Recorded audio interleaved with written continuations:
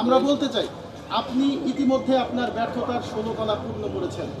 ব্যর্থতায় কামেল পেঁয়াজ উপদেষ্টা, আপনি যদি পদত্যাগ না করেন আপনাকে ঘাড়ে ধরে পদত্যাগ করানো হবে, আপনাকে বাধ্য করা হবে পদত্যাগ করতে।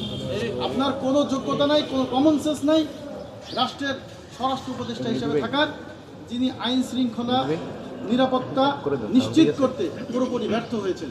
আরেকটা বিষয় আমি প্রধান উপদেষ্টার দৃষ্টি আকর্ষণ করতে চাই, হাদি ভাইকে শুট আউট করার পরে তার অপরাধীদেরকে গ্রেপ্তার না করে আপনারা তামাশা শুরু করেছেন। আশিক চৌধুরী তার হেলমেটে হাদির ছবি লাগিয়ে আকাশ থেকে জাম্প দিবে, আপনারা এই ধরনের ছবি আপনার ফেসবুক থেকে আমরা তো আশা করিনি। আমরা আপনার ফেসবুক থেকে আশা করেছিলাম আপনি হাদির সাসপেক্টেড শুটারদেরকে গ্রেপ্তার করবেন, তাদেরকে 24 ঘন্টার মধ্যে 12 ঘন্টার মধ্যে জনসম্মুখে উপস্থাপন করবেন।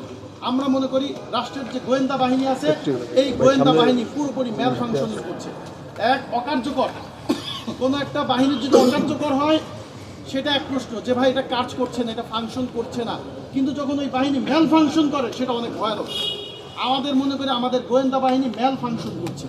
যদি অকার্যকর হতো তাহলে হয়তো আমরা অনেক কিছু জানতে পারতাম না, হাদিকে আমরা নিজেরাই জনগণ গ্রেপ্তার করতে পারতাম। কিন্তু যখন ম্যাল ফাংশন করছে, অর্থাৎ রাষ্ট্রীয় গোয়েন্দা সংস্থার প্রত্যক্ষ মদদে তাদেরকে দেশ থেকে বিতাড়িত করতে, দেশ থেকে পালিয়ে যেতে বাধ্য করা হচ্ছে, তখন আমরা আমাদের সার্বভৌমত্ব, স্বাধীনতা, নিরাপত্তা এবং সার্বিক বিষয়ে অবশ্যই শঙ্কিত এবং উদ্বেগজনক অবস্থা। ধন্যবাদ।